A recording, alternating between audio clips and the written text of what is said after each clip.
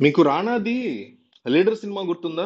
అందులో రానా సీఎం అయిన తర్వాత అడుగుతాడు తనికెళ్ళబరని. తనికెళ్ళబరని సిఎస్ అనుకుంటా ఆ సినిమాలో. ఏమడుగుతాడంటే, నాకు 500 మంది హానెస్ట్ ఆఫీసర్స్ కావాలంటాడు. 500 మంది, 50 మంది, 500 అని గుర్తు నాకు. కావాలంటాడు. అంటే అంతమంది కష్టం సార్ అంటాడు. అంటే అంత కరెక్ట్ అయిపోయింది సిస్టమ్ అని శేఖర్ కమ్ల ఆ రకంగా తెలియజేశాడు. 15 సంవత్సరాల క్రితం సంగతి ఇది. ఇప్పుడుది నిన్నటిది కాదు. అప్పుడే అంత వరస్ట్‌గా ఉందంటే 10, 15 సంవత్సరాల క్రితం వచ్చిన సినిమా అది. ఇప్పుడు ఇంకెంత వరస్ట్‌గా ఉందనేది మనం అర్థం చేసుకోవచ్చు. జగన్మోహన్ రెడ్డి గత పాలనలో కావచ్చు, అంతకుముందు చంద్రబాబు పాలనలో కావచ్చు, అధికారుల మీద తీవ్రమైనటువంటి ఆరోపణలు. ఒక్కటి కూడా కాదు అని ప్రూవ్ చేసుకోలేకపోయారు. మీకు ఆయన పేరేంటి? ఆహ్, మొన్న గత హయాంలో సీఎస్‌కి చేసినటువంటి జవహర్ రెడ్డి కావచ్చు. రకరకాల ఆఫీసర్లు, ఐఏఎస్‌ల ఆఫీసర్లని ఇప్పుడు చాలా మంది తెలియని వాడు చెప్తున్నా, అడ్మినిస్ట్రేటివ్ అనేది ఒక వ్యవస్థ. దాని పైన లెజిస్లేషన్ ఉంటది. అది కాకుండా జ్యుడిషియరీ ఉంటది. సో, ఈ 3 చాలా కీలకం. ఈ లెజిస్లేటివ్ వ్యవస్థ యొక్క పనేంటంటే, అడ్మినిస్ట్రేటివ్ వ్యవస్థతో చాలా జాగ్రత్తగా పనులు చేయించుకోవడం. ఎందువల్ల అంటే, వీళ్ళు ఎలక్టెడ్ రిప్రజెంటేటివ్స్ మన తరఫున. సో, మన తరఫున వీళ్ళు ప్రశ్నించి, లేదా మన తరఫున పనులు చేయించుకొని, వాళ్ళతో చేయించుకోవాలి. ఈ అడ్మినిస్ట్రేషన్ వ్యవస్థ ఏంటంటే, they are trained up officers. ఎట్లాగా ఏ పని చేయగలుగుతాము, లోకల్ లెవెల్‌లో ఉన్న ఆఫీసర్స్‌ని ఎట్లా డీల్ చేసుకోగలుగుతాం, పని చేసే వాళ్ళతో ఎట్లా పని చేయించుకోగలుగుతాం అనేది ఒక చైన్. ఇదంతా కూడా ఒక సైకిల్, ఒక చైన్ అన్నమాట. సో దీన్ని రూయిన్ చేసేసి కంప్లీట్ గా నాశనం చేసేసి కంప్లీట్ గా కరప్ట్ చేసేసినటువంటి పరిస్థితి. ఆ కరప్షన్ లో, ఆ కరప్టెడ్ సిస్టమ్ లో, పాడైపోయినటువంటి సిస్టమ్ లో రిపేర్ చేయాల్సిన అధికారులు గాని, నాయకులు గాని చేతులు కలిసేసి వరస్ట్ గా దీన్ని తయారు చేశారు.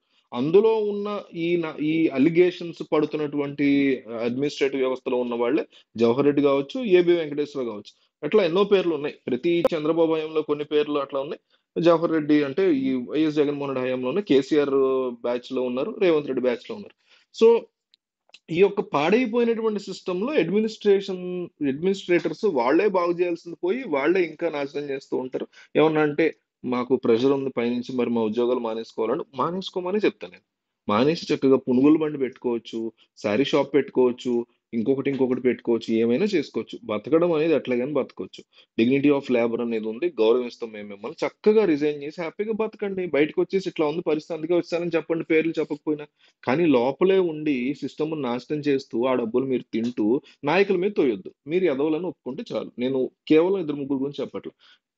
కరప్షన్ అయిపోయినటువంటి సిస్టమ్ గురించి చెప్తున్నా. సరే అయితే ఇప్పుడు ఈ తిరుమలరావు, ఈ ద్వారకా తిరుమలరావు అనేటువంటి వ్యక్తి నిజానికి ఈయనే డీజీపీ అవ్వాల్సింది. మొన్న మీకు ఎలక్షన్ కమిషన్ ఆల్రెడీ ఉన్నటువంటి డీజీపీని తీసేసి, కసిరెడ్డి ఏదో ఉంది ఆయన. ఆయన తీసేసి ఇంకొకళ్ళని తీసుకోవాలనుకున్నప్పుడు ఫస్ట్ ప్రిఫరెన్స్ వీళ్ళే ఉండింది. పురంధరేశ్వరికి గాని, చంద్రబాబుకి కానీ ఈయన్నే పెట్టాలనుకున్నారు.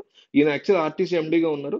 ఆయన్ని అక్కడ పెడతారు డీజీపీగా అనుకున్నారు. అదే టైంకి ఎలక్షన్ కమిషన్ మాత్రం అంటే ఇక్కడి నుంచి పేర్లు వెళ్ళాయి. ఆ పేర్లు ఈ పేరు లేకుండా చూసుకుంది కదా ప్రభుత్వం. సో హరీష్ గుప్తాని పెట్టారు. సో వీళ్ళు అధికారంలోకి వచ్చారు కాబట్టి చంద్రబాబు నాయుడు మళ్ళీ తమకి కావాల్సినటువంటి వ్యక్తిని, ఇందాక చెప్పినట్టే కొంతమంది మంచిగా చేయొచ్చు, కొంతమంది చెడుగా చేయొచ్చు. ఇప్పుడు ఇందాక చెప్పినట్టు లీడర్ ఎగ్జాంపుల్ తీసుకుంటే, అందులో హీరో సీఎం గా అయిన తర్వాత వ్యవస్థని బాగు చేయడానికి ఏరుకుంటాడు. అయితే మరి జగన్ కొన్నిసార్లు వ్యవస్థను బాగు చేయడానికి, పాడు చేయడానికి ఎన్నుకున్నారు. కొన్నిసార్లు చంద్రబాబు వ్యవస్థను పాడు చేయడానికి, బాగు చేయడానికి ఎన్నుకున్నారు. సో ఇప్పుడు డీజీపీగా వచ్చినటువంటి తిరుమల రావుని వ్యవస్థను బాగు చేయడానికి చంద్రబాబు ఎన్నుకున్నారా, పాడు చేయడానికి ఎన్నుకున్నారా అనేది 5 సంవత్సరాల తర్వాత కానీ తెలియదు, లేదా ఆయన టెన్యూర్ అయ్యే వరకు తెలియదు. సో కాబట్టి ఎటువంటి కామెంట్స్ లో దాని విషయంలో.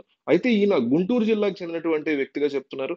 ఈయన కొన్ని అంశాల్లో చాలా కంప్లీట్ నాలెడ్జ్ ఉంటుందని లా అండ్ ఆర్డర్ కంట్రోల్ చేయడంలో. ఎందుకంటే రానున్నటువంటి 5 సంవత్సరాలు చాలా టఫ్ గా ఉండబోతుంది ఏపీలో. లా అండ్ ఆర్డర్ అనేటువంటి ఇన్ఫర్మేషన్ చాలా స్ట్రాంగ్ గా ఉంది చంద్రబాబుకి. అందువల్ల ఈయన్ని స్పెషల్ గా తెప్పించుకున్నారు. ఎప్పటి నుంచో ఈయన్నే డీజీపీ చేయాలనుకున్నారు. సో అధికారంలోకి వచ్చింది, చేశారు. సో ఈయన పనితీరు ఎట్లా ఉండబోతుంది, అధికారులు కావచ్చు, లీడర్స్ కావచ్చు, ఎవరైనా సరే వాళ్ళ పనితీరు మనం దగ్గరుండి అబ్జర్వ్ చేయాలి. నా ఉద్దేశంలో ఏంటంటే, గతంలో ఏబి వెంకటేశ్వరరావు మీద వచ్చినటువంటి అనేక ఎలిగేషన్స్ ని గత ప్రభుత్వం ప్రూవ్ చేయలేకపోయింది. చాలా ఎలిగేషన్స్ వచ్చాయి, ఆయన ప్రూవ్ చేయలేకపోయారు. అట్లాగే సిఎస్ జవహర్ రెడ్డి మీద గత ప్రభుత్వంలో ఉన్న సిఎస్ మీద ఇప్పుడు ప్రభుత్వంలోకి వచ్చిన చంద్రబాబు అప్పట్లో తీవ్రమైన కామెంట్లు చేశారు. జనసేన వాళ్ళు అయితే ఆయన భూ కబ్జాలు కూడా చేశారు వైజాగ్ లో అని చెప్పారు. మరి ఇప్పుడు మీ ప్రభుత్వం వచ్చింది కాబట్టి అవన్నీ కూడా బయట పెట్టండి అనేసి నాలాంటి వాళ్ళు డెఫినెట్లీ డిమాండ్ చేస్తాం. అందులో క్వశ్చన్ లేదు. అయితే ఏబి వెంకటేశ్వరరావు వర్సెస్ జగన్ గురించి మన ఛానల్లో ఒక వీడియో ఉంది. మీరు ఒకసారి చూడండి. కిందకెళ్తే మీకు ఒక 20, 30 వీడియోల కిందకెళ్తే ఉంటది. క్లియర్ గా నేను చెప్పా అసలు ఏ రకంగా హెరాస్ చేయొచ్చు అధికారులను అనేది జగన్మోహన్ రెడ్డి ఒక లైవ్ ఎగ్జాంపుల్ చూపించారు అని. సో ఇప్పుడు మరి జవహర్ రెడ్డి మీదగా చంద్రబాబు ఆ రకమైన హెరాస్మెంట్ చేస్తారా? హెరాస్ చేయాలని నేను కోరుకోను, కానీ నిజానిజాలు బయటకు రాబట్టాలి. ఏబి వెంకటేశ్వర మీద కామెంట్లు చేశారు, అలిగేషన్ చేశారు. వాటిని ప్రూవ్ చేయాలి జగన్ ప్రభుత్వం. అంటే టైం సరిపోలేదు, మరి ఏంటి రీజన్స్ వేరే ఉన్నాయి. బట్ జిఎస్ జవహర్ రెడ్డి నిజంగా ఏమైనా కబ్జాలు గిబ్జాలు చేసుంటే ఆయన మీద, మాజీ సీఎస్, ఆయన మీద కంపల్సరీ నిజానిజాలు బయటికి రావాలని నేను కోరుకుంటా. ఆయన మీదే కాదు, ఎవరి మీద, నా ప్లేస్ లో మీరున్నా నేనున్నా ఒకటే. బట్ ఎందుకంటే ఇదంతా మన మన సిస్టమ్, మన కోసం తయారైన సిస్టమ్ లో వాళ్ళు కుమ్మక్కైపోయి వాళ్ళు చేసుకుంటే ఇక మనం ఎందుకు? మన కోసం తయారైన సిస్టమ్ లో తప్పులు తడకలు ఉన్నప్పుడు డెఫినెట్లీ మనం అడగాలి, క్వశ్చన్ చేయాలి, దాని గురించి మాట్లాడుకోవాలి, ఎక్కువగా దాని గురించి మాట్లాడుకోవాలి. ఒక నాయకుడు తప్పు చేసినప్పుడు ఆ పర్లేదు చంద్రబాబు ఆయన కావాల్సిన తెచ్చుకున్నాడు అని వదిలేయకూడదు దాన్ని అక్కడితో. సహజమే కదా ఇది. ఎవరు కావాల్సిన వాళ్ళు తెచ్చుకుంటారు కదా! మాకు తెలీదా? తెచ్చుకుంటారు కరెక్టే. దాన్ని మనం జనరలైజ్ చేసుకునే కొద్దీ రేపొద్దున ఇంకొక తప్పు చేస్తారు వీళ్ళు. సో, అందువల్ల ఏంటంటే ఈ ఈ 'ద్వారకా తిరుమలరావు' అనేటువంటి వ్యక్తి 'లీడర్' సినిమాలో రానాలాగా తెచ్చుకున్నారా? 'లీడర్' సినిమాలో ఇంకొక వ్యక్తి ఉంటాడు కదా! ఆపోజిట్ వ్యక్తి. అతనిలాగా తెచ్చుకున్నారా? అనేది మనం కొన్నాళ్ళు చూస్తే తెలుస్తుంది.